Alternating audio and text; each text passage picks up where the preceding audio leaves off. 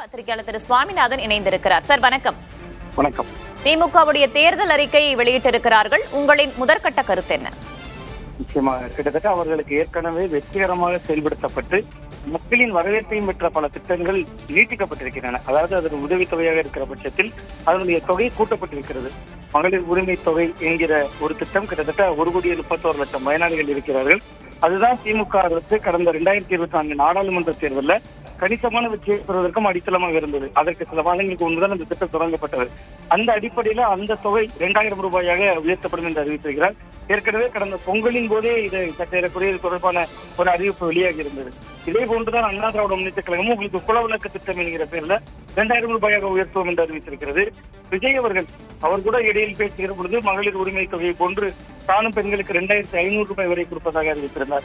அனைத்து அரசியல் கட்சிகளுடைய வியூகமும் அதை நோக்கி இருக்கு அப்படிங்கிறத இதை புரிஞ்சுக்கலாம். அதே போன்று திமுக அரசு தொடர்ந்து வெற்றிகரமாக செயல்படுத்தப்படக்கூடிய திட்டங்கள், ஒரு உதாரணத்துக்கு எடுத்துக்கிட்டா புதுமை பெண் திட்டம், அரசு பள்ளி, அரசு உதவி பள்ளியில் படித்து கல்லூரிக்கு வருகிற மாணவ மாணவிகளுக்கு மாதந்தோறும் 1,000 ரூபாய் கொடுக்கக்கூடிய புதுமை பெண் திட்டம், தமிழ் புதல்வன் திட்டம், இது ரெண்டுமே 1,000 ரூபாயிலிருந்து 1,500 ரூபாயாக உயர்த்தப்படுகிறது. அதே போன்று ஏற்கனவே 5 லட்சம் வீடுகள் கட்டுக் கொடுக்கப்பட்டதாக தொடர்ந்து சொல்லப்பட்டு வந்தது கலைஞர் கனவு இல்லம் திட்டத்துல.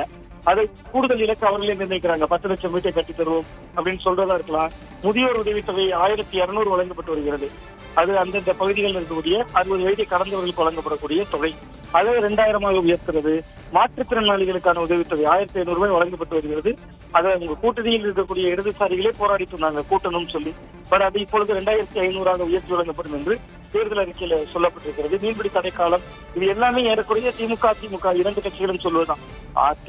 திமுகவுடைய இந்த தேர்தல் அறிக்கையில ஹீரோ அப்படின்னு பாத்தீங்கன்னா கிட்டத்தட்ட மகளிர் உரிமை தொகை 2,000 மாற்றுவது ஒன்று, இன்னொன்று இல்லத்தரசியலுக்கு வழங்கக்கூடிய கூப்பன். 8,000 ரூபாய்க்கு நீங்க என்ன பொருள் வேணாலும் வாங்கிக்கலாம், அரசு பணம் செலுத்திக்கிறோம், அது மிக்சியில இருந்து மைக்ரோ ஓவன் வரைக்கும் சொல்றாங்க. பட் அதையே தான் பிரிட்ஜ் என்கிற வடிவமாக அண்ணா திராவிட முன்னேற்ற கழகமும் சொல்லுது. இதே மாதிரி நீங்க விஜய் அவர்கள் எடுத்துக்கிட்டீங்கன்னா 28 வயது வரை ஒரு வேலைக்கு செல்லவில்லை என்றால் 28 வயதிலிருந்து மாதந்தோறும் 4,000 ரூபாய். அப்ப இந்த தேர்தலில் பிரதான அரசியல் கட்சிகளாக களத்தில் இருப்பதில்லை. சீமான் அவர்களை தவிர மித்த 3 கட்சிகளுமே மக்களுக்கு நேரடி பலனை தரக்கூடிய பணத்தை மையமாக வைத்து, அதாவது மக்களுக்கு உதவி, அது பணபலன் அப்படின்னு எந்த வடிவத்தில் எடுத்துக்கொண்டாலும் பொருளாதார சுமை தான் அது தமிழ்நாட்டுக்கு. அந்த பொருளாதார சுமையை ஏற்றுக்கொண்டு தேர்தலை சந்திக்கணும் அப்படின்னு தான் புரிந்து கொள்கிறேன். திமுகவோட தேர்தல் அறிக்கையில் மற்றபடி பாராட்ட வேண்டிய அம்சங்கள் நிறைய இருக்கு. மாவட்ட தலைநகரங்கள்ல, வட்ட மருத்துவமனைகள் எல்லாம் நிறைய டயாலிசிஸ் வசதி மேம்படுத்தப்படும் சொன்ன இடங்களா இருக்கட்டும், அந்த 5ஆம் வகுப்பு வரை செயல்படுத்தக்கூடிய அந்த திட்டத்தை, காலை உணவு திட்டத்தை, அது 8ஆம் வகுப்பு வரை உயர்த்துவது அப்படின்னு சொன்னதா இருக்கலாம். இதெல்லாம் மக்கள் மத்தியில ஒரு நல்ல பாசிட்டிவான ஒரு எண்ணத்தை உருவாக்கும். விவசாயிகளுக்காக நிறைய திட்டங்கள் சொல்லியிருக்காங்க. அரசு ஊழியர்களுடைய ஓட்டு அண்மை காலமாக திமுகவை விட்டு கொஞ்சம் நகர்ந்திருக்கக்கூடிய சூழலில் அரசு ஊழியர்கள் சார்ந்தும் ஏராளமான அறிவிப்புகள் வந்திருக்கிறது. முழுக்க வாக்கு அரசியலை மையப்படுத்தியே அதிமுக தவிக தேர்தல் அறிக்கையை போலவேதான் திமுகவுடைய தேர்தல் அறிக்கையும் இருக்கிறது. அதுல பொருளாதார குறியீடு, 1 லட்சம் வேலை வாய்ப்புகளை உருவாக்குவோம், 50 லட்சம் புதிய வாய்ப்புகள் உருவாகும் என்றெல்லாம் பல வடிவங்கள் கொடுத்துட்டாலும் இதனுடைய பிரதான அம்சங்கள் என்பது ஒரு கிட்டத்தட்ட பணத்தை மையப்படுத்தி அறிக்கை அப்படின்னு தான் பாக்குறேன். மக்களுக்கு நேரடி பலன், அதனால் மக்கள் மத்தியிலும் அது கவனிக்கப்படும். பட் அந்த 8,000 ரூபாய் பரிசு கூப்பன் என்பது ஒரு நிபந்தனை வச்சிருக்காங்க. கிட்டத்தட்ட அது வருமான வரி சலுகை வரம்பில் வராதவர்கள், வருமான வரி செலுத்தாதவர்கள் அந்த இடத்தால் முழுமையான பயனாளிகள் பெற முடியாது. நீங்க கிட்டத்தட்ட அது மகளிர் உரிமை தொகை வழங்குபவர்களுக்கு தான் கிடைக்குங்கிற சூழல் இது ஏற்படுத்தி இருக்கு அப்படின்னு பாக்குறேன். மகளிர் உரிமை தொகை பற்றியும் குறிப்பிட்டு இருக்கீங்க. இப்ப கிட்டத்தட்ட எல்லா கட்சிகளுடைய தேர்தல் அறிக்கையுமே வெளியாச்சு திரு சுவாமிநாதன். அதனால ஒப்பீட்டு அளவுல பார்க்கும்போது இல்லத்தரசி கூப்பன் 8,000 திமுக, குடும்பத்திற்கு 10,000 அதிமுக, வேலையில்லா பட்டதாரிகளுக்கு 4,000 அப்படின்னு தாவேகா, இப்படி ஒப்பீட்டு அளவுல பார்க்கும்போது எப்படி புரிஞ்சுக்கிறது? இல்ல, அதான் முழுக்க எல்லாருமே ஒரு பணத்தை மையப்படுத்தி மக்களிடம் வாக்குகளை பெறுவதற்காக ஒரு கிட்டத்தட்ட ஒரு ஏலம் எடுப்பது கொண்டு நடைமுறை தானே இது. எல்லாரும் போட்டுக்கொண்டு நீங்க ஒருவர் 8,000 கூப்பன் என்பதும், அதற்கு முன்பே ஒருவர் நான் பிரிட்ஜ் தருவேன்னு சொல்றதும், இன்னைக்கு காலையில விஜய் அவர்கள் தன்னுடைய உரையில 28 வயதுக்கு மேல் கடந்தால் நீங்க ஒருத்தருக்கு எப்ப உதவி தேவை, கல்லூரி படிப்பை முடித்தவுடன் அவர் முதல்ல 2-3 ஆண்டுகள் போராட்டமான வாழ்க்கையாக இருக்கும். வேலை கிடைக்காது, அவர் இன்டர்வியூக்கு போகணும், ஒரு நேர்காணல்களுக்கு போய் அலையணும், கிட்டத்தட்ட போக்குவரத்து பயண செலவாகும்.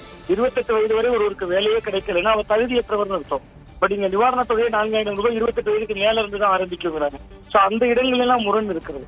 இங்க இன்னொன்று, நீங்க முதியோர் உதவித்தொகை, மாற்றுத்திறன் உதவித்தொகை இதையெல்லாம் கூட்டுவது ஆரோக்கியமானது.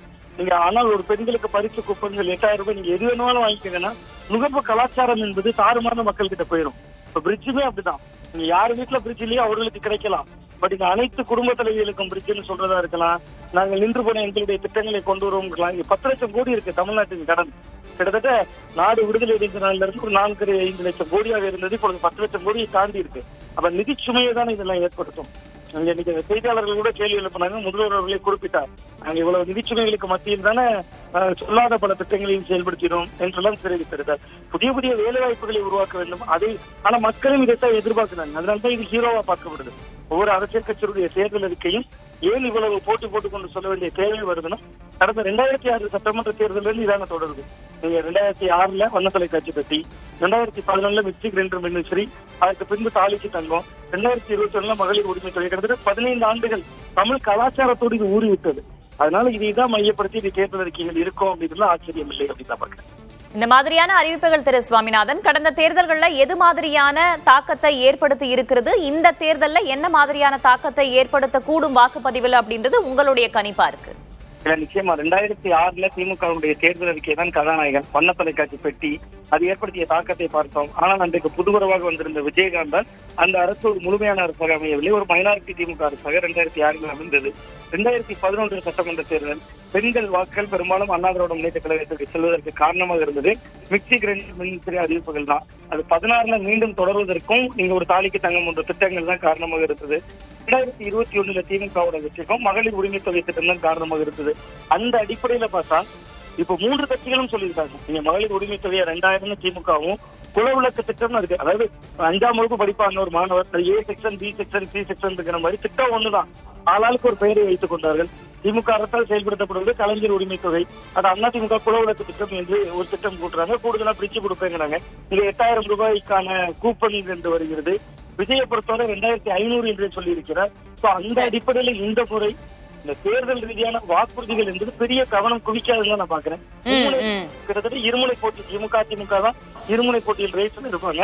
விஜய் சில தொகுதிகளில் கடுமையான தாக்கத்தை ஏற்படுத்துவார். தேர்தல் அறிக்கையை மையமாக வைத்து வாக்களித்த கலாச்சாரத்தை அனைத்து கட்சிகளும் ஒரே போன்று வாக்குறுதி கொடுக்கறதுனால யாரையும் ஹீரோவா, முதன்மை ஹீரோவா பாக்குறதுக்கான வாய்ப்பு இருக்காதுன்னு பார்ப்போம் திரு சுவாமிநாதன் என்ன மாதிரியான தாக்கத்தை இந்த மாதிரியான அறிவிப்புகள் ஏற்படுத்த போகின்றன என்பது குறித்து இணைப்பில் வந்து பல்வேறு தகவல்களை பகிர்ந்து கொண்டமைக்கு நன்றி திரு சுவாமிநாதன்.